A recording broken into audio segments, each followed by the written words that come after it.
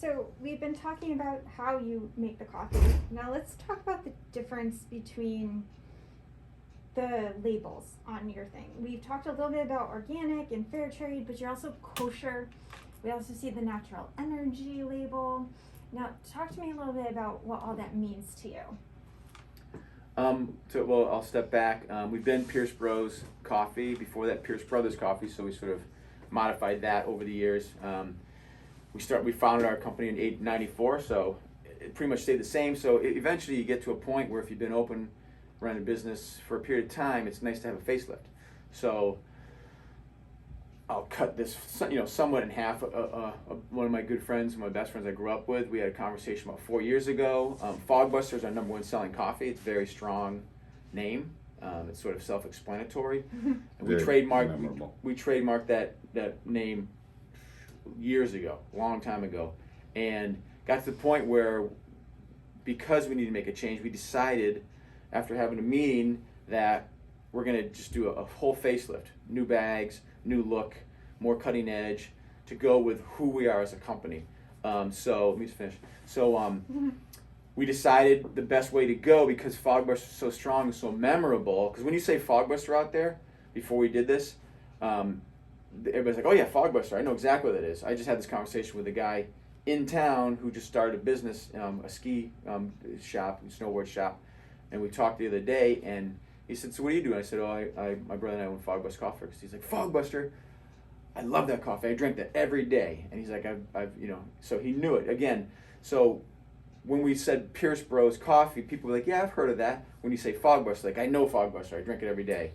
My friend's husband is very into it. When I told her that I was coming up here, she was like, "Oh, my husband loves it. He gets it all the time." That's great to hear.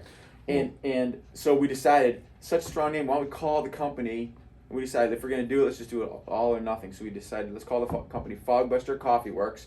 And then we still have our Fogbuster, but now it's called, we changed it to the original Fogbuster. So Fogbuster Coffee Works. And then we decided to change everything, and everything's color coordinated. We did a whole name change, because when you rebrand, it's something you want to do, etc. So yeah, we took over the years, there's lots of little things that we wanted to do to our bags, but until we did a full reset, it was hard to put these changes into our new bags, our old bags, like cupping notes, regions that it's from, things that people who drink gourmet coffee want to know a little bit more about their coffee. So with these new labels, we're able to do that, to show a little bit more about the background. I did notice on some of your older bags you weren't able to have as many of these labels as you do now. Yeah, exactly. Yep. And the coffee industry has evolved that, where people are much more educated, so they want to know what the region comes from, how we because we do a lot of blends. We treat our coffee like a fine wine. We do single origins as well. We choose which origins we want to represent, or farms we work with, but we also do a lot of blending, because we're trying to get different flavors to create something that no one else has. My first job out of college, that was like a real punch the clock job outside of the restaurant business, was in the wine industry, and I lived for Almaden and Inglenook, Beaulieu Vineyards. I was one of their sales reps, and so I did a lot of background class work, and I lived in Fresno, California, which is like the wine capital of America. I know they think Napa is, but they make more wine in Fresno than they do in Napa, because that's where Inglenook comes from, and Almaden, all the jug wines, all the box coffee. But having said that, we instantly, when we started working with coffee, we really looked at it like wine industry, and in the wine industry, you got varietals, parietals, and you got people that do blends, and if they have a really terrible crop, they'll buy other beans, cherries from other places. I'm very well versed in wine. It's one of my other favorite hobbies. Fashion, yeah.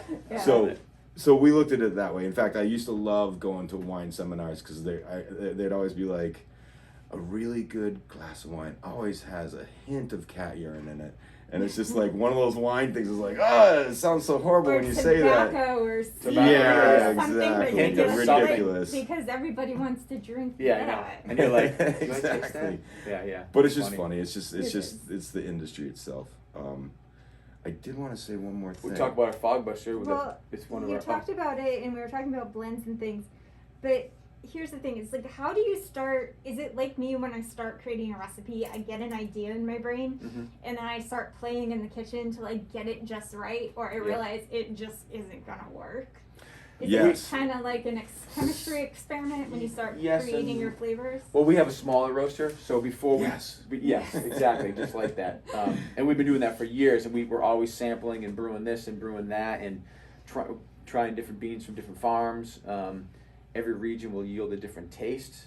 A good way to look at it is if you grew a coffee plant from Tanzania, you grew one from like Guatemala. If it's not grown in that region, it's the taste isn't going to be that drastic because you can just grow it and then right here in a pot. But if you grow it in those different regions, the soil, everything makes a big difference. The environment, etc. So, and sometimes we've clung on to certain things. I'll give you a little secret of ours. Nicaraguan, when we roast it really dark, it has like a dirty ashtray taste. But there's a time when you want that little slight dirty ashtray taste in there. So we always call it the dirty ashtray, our Nicaraguan, when we roast it at a certain degree. I don't know if that should be your best marketing. No, and I wasn't trying to say that, but it's a lot like the wine industry where we take different nuances and we try to pair them together to get an overall profile. And that's what we did with our fog mustard. It's 5 different coffees roasted at all different temperatures from different parts of the world to get that taste that we're looking for, where it's dark, it's not burnt, it's not bitter, but it's strong, and it kind of rounds, all the reeds together. Yeah, fireworks in your mouth. That's what we're looking for. And again, a lot of dark coffees, especially drum roasted, when you roast it dark, it's burnt, it's bitter, and if it's too dark, it just washes away and leaves a bad taste in your mouth. Ours stays in your mouth, and it's a nice taste. That's how all of our coffees work. I got to try your coffee, and I did share it with my family, and the one thing that you guys did tell me is about how it's not acidic being air roasted, and that's the funniest thing is my mom said to me, make sure you bring home some coffee and buy some before you leave, because she's like, I didn't get heartburn and it didn't feel acidic drinking the coffee. Well, we have doctors over the years who, people with stomach problems, will recommend our coffee. They want to drink coffee because it doesn't upset your stomach. I have a friend who's a postal, worked for the post office for years, and he stopped drinking coffee until he tried ours. Now he drinks like 5 cups a day, so it doesn't screw my stomach up. I couldn't touch coffee for that reason. Yeah, I'd be bouncing off the walls if I. He's got a lot of energy anyways, but he said he used to live for coffee, and he's so happy that he found our coffee. Yeah, that's so nice to hear. And I don't know if we roasted for you yet, but we'll show you that when we get to that part, because the chaff actually, on first crack, beans will double in size and lose about 25% of their weight as they're roasting. But the first crack, there's usually 2 cracks. The first crack, they'll puff up like rice? Yes. Rice, exactly. And at that point, the chaff pops right off. And since it's all floating, it just lightly floats out of our system. We catch it on the side. So there is 0 chaff in our coffee. And that's why without having any burnt, bitter, like the burnt ash in there or soot, that's a carbon that's actually in your coffee if you don't eliminate it to the degree that we do. A lot of drum roasters will have systems where they try to blow it out, but it's gonna be in there. Yeah. So I talk a lot about, with my followers, my clients, with everyone, about we need to know what we're putting in our bodies, and the best thing to do is less chemicals, we need to know what it is, where the food comes from. And that's actually, when I was looking at food trends for 2022, people want to know where their food comes from, and they're looking at hyper-local things. Yep. And since you guys know where everything is, you've basically told us the source of your things, how you do it, and how it's healthier for us. And the best part is that chef that he's talking about, didn't you tell me you give it to your chickens? So he's using everything. I just dumped 20 bags into my chicken coop. It's for bedding. It's great for the ground. We recycle. We have farmers. We're in a farming community. We had to be in close by, and we're surrounded by all these farmers. They come, we give it to them for free. They come and take it, and they use it for. Someone was here 10 minutes before you were getting like 6 bags. We brought it right out to their. And they just call us, and we're waiting on the loading dock when they show up, and year round, like we run out of it. People call in advance. Can I get your chaff? But again, that's not on the beans. You're not drinking that soot. It gets into the finished product. Right. So a good analogy, or I guess it would be an analogy, but if you look at your cup, it leaves a ring around it. Yes. In drum roasters, and you're drinking that, and that's going into your stomach. Hence, that's why we trademark the clean bean. because it is clean, comes out clean, and it's 100% organic. So And we talk about eating clean and clean foods, and that all comes from farms and from the process of which we cook things. Now, I gotta ask, some of these names are so outrageous. yeah. Who comes up with them? Is this like a meeting you guys all have? Or It was does- like Long, 2 long years meetings. of back and forth, coming up with creative names, and then something to describe the name. One thing we are doing, which we didn't before, well, this is a new label. It will say Howler, but it will also say the region. But before we just have the name, and then you have to read below to get the region. So it will say like Guatemala, and then the name of the coffee. So just easier for someone to figure out So where they're. whoever blends it, do you get to name your own blends, or do you guys argue over the names? We've been around. Yeah.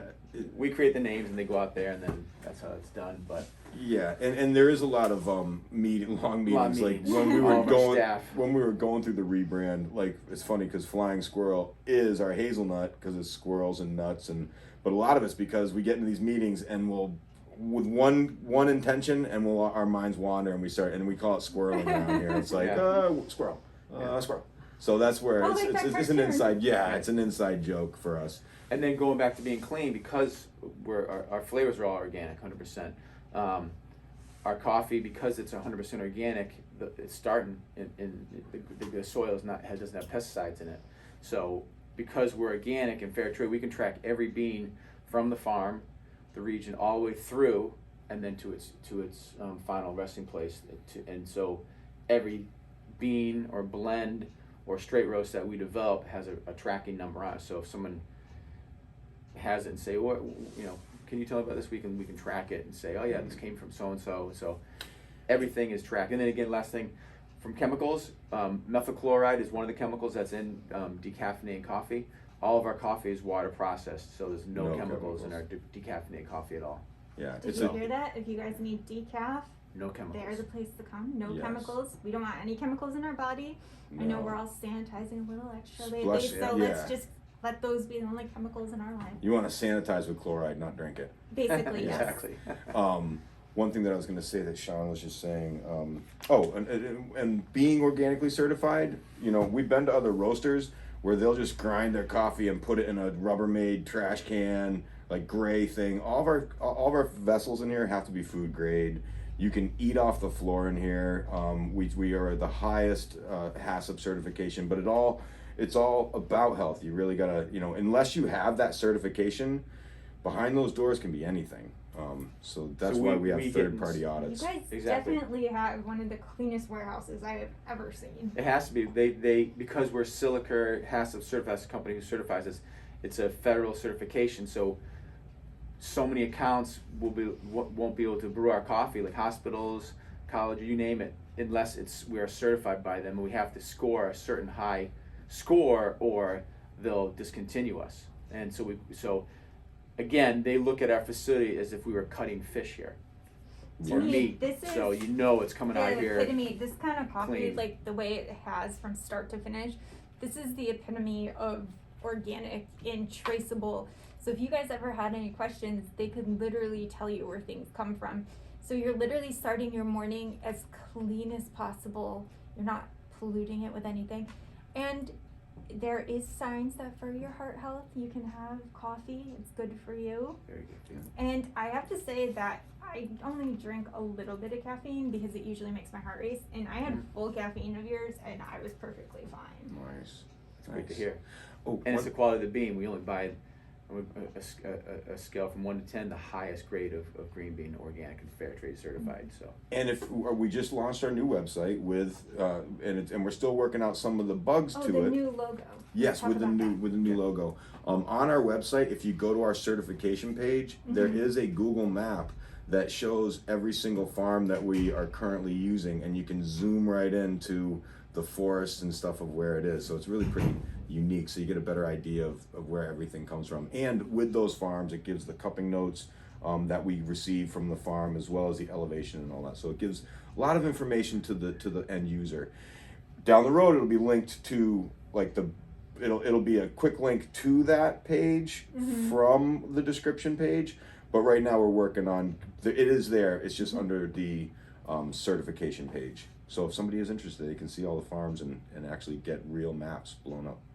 There's proof, you guys. There will be Yes. proof. You can see And there's it. thousands of photos of all the farms we visited and we visit, and we're planning another trip this year to South America. So Is there anything else you guys would like to tell us before we end our lovely interview? It's been so Oh, great to have I you. wanted to answer your question. So Yes. basically, this right here, we're trying to bring, everyone's organic and everyone's fair trade. Since such a few amount of people air roast, we made that the conversation piece. So if you look at our roaster, our glass port that you can look into Oh, it's that shape. is Yeah. that shape, and these are actually the beans in motion, and yeah, and since it roasts so clean without the burnt particulates, we actually have portholes that you can look through. Whereas on a Watch the drum chaff. roaster, it would be a glory hole that you'd have to pull it out and keep looking at. We can actually visually see it and you roasting. can actually see the chaff floating up into separate out of the chamber. And then these right here, these are, if you were wondering, these lines are waves. They represent air and water, which is natural. Yeah, very Very In our fluid. world, very fluid. Yeah. Very clean and sleek. Exactly. I want to Yes. thank you both for coming Oh, and letting no. me Thank you, interview Ashley. and share. If you guys need anything, the link to their website will be underneath the video. So thank you for joining us.